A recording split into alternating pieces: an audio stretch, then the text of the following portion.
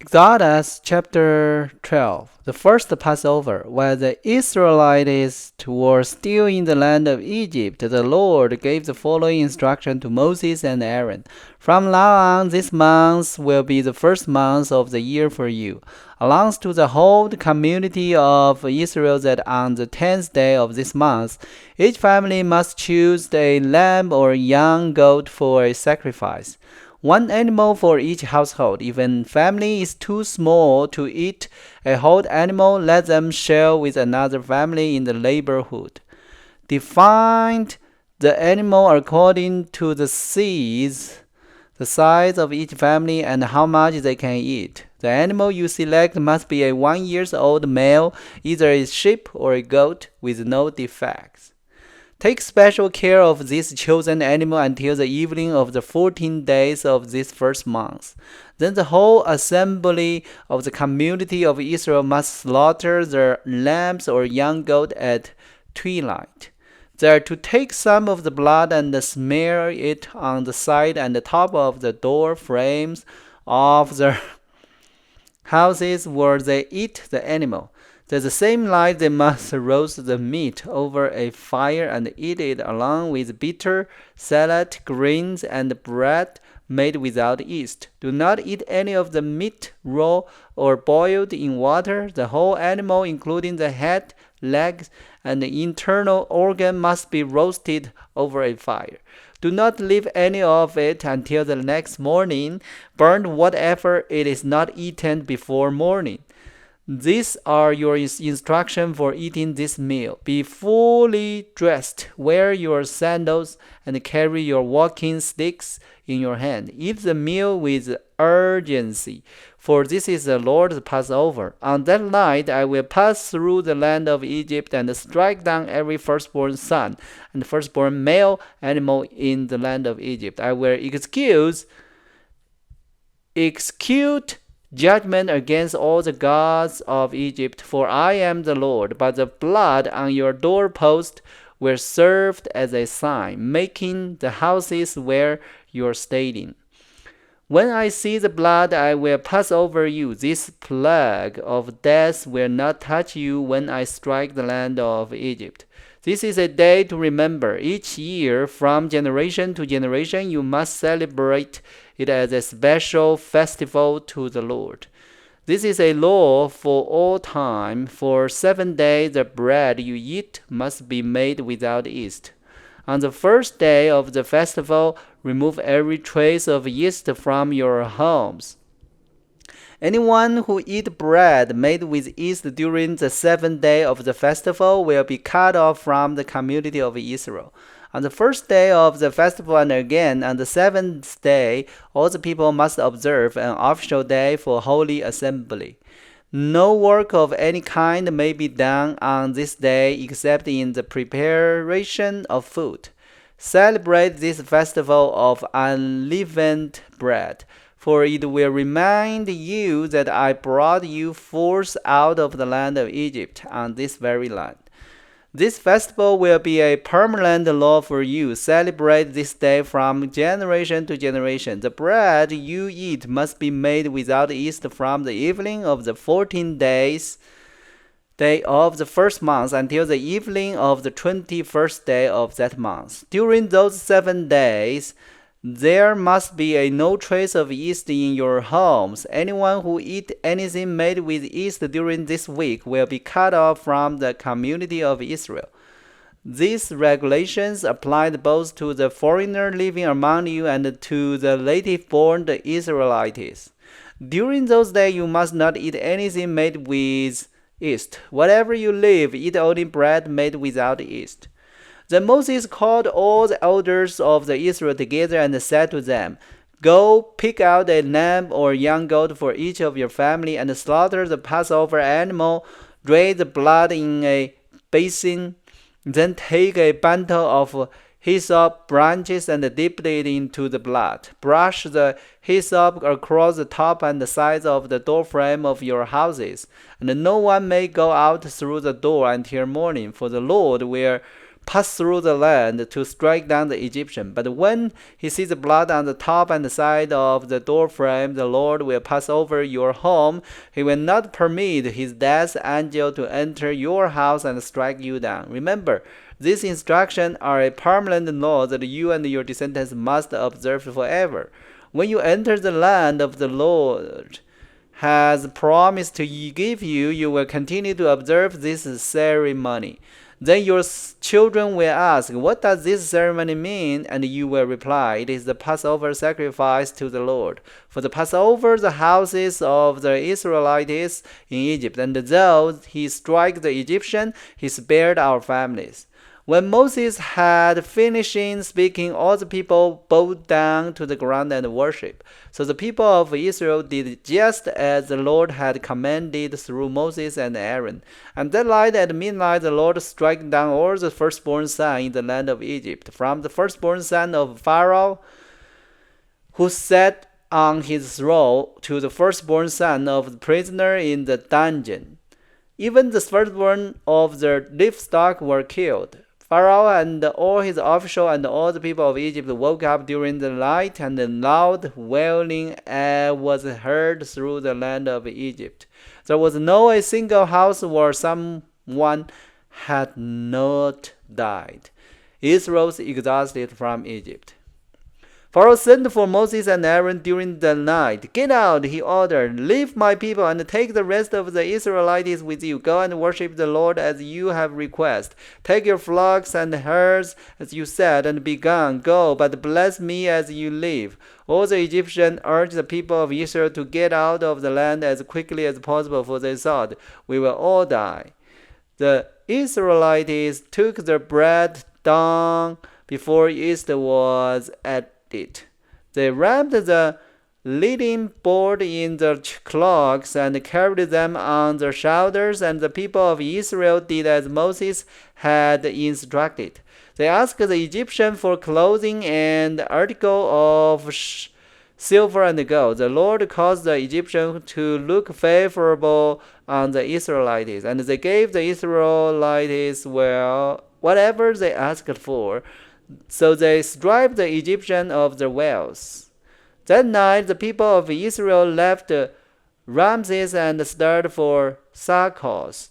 There were about 600 men, plus all the women and children. A rabble of young Israelites went with them, along with great flocks and herds of livestock. For bread they baked flat cake from the dung without yeast they had brought from Egypt. It was made without yeast because the people were driven out of Egypt in such a hurry that they have no time to prepare the bread or other food. The people of Israel had lived in Egypt for 430 years. In fact, it was on the last day of the 430 years that all the Lord's force left the land. On this night, and the Lord kept his promise to bring his people out of the land of Egypt. So that this night belongs to him, and it must be commemorated every year by all the Israelites. Israelites from generation to generation. Instruction for the Passover. Then the Lord said to Moses and Aaron, "These are the instructions for the festival of Passover. No outsider are allowed to eat the Passover meal, but any slave who has been purchased may eat it if he has been circumcised. Temporary resident and hired servant may not eat it. Each Passover lamb must be eaten in one house. Do not carry any of its meat outside, and do not break any of its bones. The whole community of Israel must celebrate this Passover festival. If there are foreigners living among you who want to celebrate the Lord's Passover, let all their males be circumcised. Only then may they celebrate the Passover with you, like any native-born Israelite. But no uncircumcised male may ever eat the Passover meal." This instruction applied to everyone, whether a native-born Israelite or a foreigner living among you. So all the people of Israel follow all the Lord's commands to Moses and Aaron. On that very day, the Lord brought the people of Israel out of the land of Egypt like an army. And then we're going to chapter 13. Dedication of the firstborn. Then the Lord said to Moses, dedication to me every firstborn among the Israelites. The first offspring to be born of both humans and animals belongs to me. So Moses said to the people, this is a day to remember forever, the day you left Egypt, the place of your slavery. Today, the Lord had brought you out by the power of his mighty hand. Remember, eat no food containing yeast on this day in early spring in the month of Abib. You have been set free. You must celebrate this even in this month each year, for the Lord bring you into the land of the Canaanites, Hittites, Amorites, Hittites, and the Jebusites. He swore to your ancestor that he would give you this land, a land flowing with milk and honey. For 7 days the bread you eat must be made without yeast. Then on the seventh day celebrate a fast to the Lord. Eat bread without yeast during those 7 days. In fact, there must be no yeast bread or any yeast at all found within the border of your land during this time. On the seventh day, you must explain to your children, I'm celebrating what the Lord did for me when I left Egypt. This annual festival will be a visible sign to you, like a mark branded on your hand or your forehead. Let it remind you always to recite this teaching of the Lord. With a strong hand, the Lord rescued you from Egypt. So observe the decree of this festival at the appointed time each year. This is what you must do when the Lord fulfills the promise he swore to you and to your ancestor. When he gives you the land where the Canaanites now live, you must present all firstborn sons and firstborn male animal to the Lord, for they belong to him. A firstborn donkey may be bought back from the Lord by presenting a lamb or young goat in his place. But if you do not buy it back, you must break its leg. However, you must buy back every firstborn son. And in the future, your children will ask you, what does all this mean? Then you will tell them, with the power of his mighty hand, the Lord brought us out of Egypt, the place of our slavery. Pharaoh stubbornly refused to let us go, so the Lord killed all the firstborn males throughout the land of Egypt, both people and animal. This is why I now sacrifice all the firstborn male to the Lord, except that the firstborn son are always bought back. This ceremony will be like a mark branded on your hand or your forehead. It is a reminder that the power of the Lord's mighty had brought us out of Egypt. Israel's wilderness detour. When Pharaoh finally let the people go, God did not lead them along the main road that runs through Philistine territory, even though that was the shortest route to the promised land. God said, if the people are faced with a battle, they might change their mind and return to Egypt. So God led them in a roundabout way through the wilderness towards the Red Sea. Thus, the Israelites left Egypt like an army ready for battle. Moses took the bonds of Joseph with him, for Joseph had made the son of Israel swear to do this.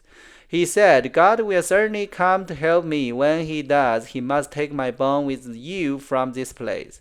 The Israelites left Succoth and camped at Esarim on the edge of the wilderness. The Lord went ahead of them. He guided them during the day with a pillar of cloud, and he provided light at night with a pillar of fire. This allowed them to travel by day or by night, and the Lord did not remove the pillar of cloud or pillar of fire from its place in front of the people. Alright, so that is chapter 13. Okay, so these two chapters is talking about finally Pharaoh let the Israel people go. Now Israel people is starting their marching to wilderness. Also, is take a long time. A lot of word is talking about the Passover festival and what is the rule, and also is buy back the firstborn human and all the male animals. So that is what we learned today about the Bible's learning. Hope everybody like it. God bless you, everyone. Let's see you tomorrow.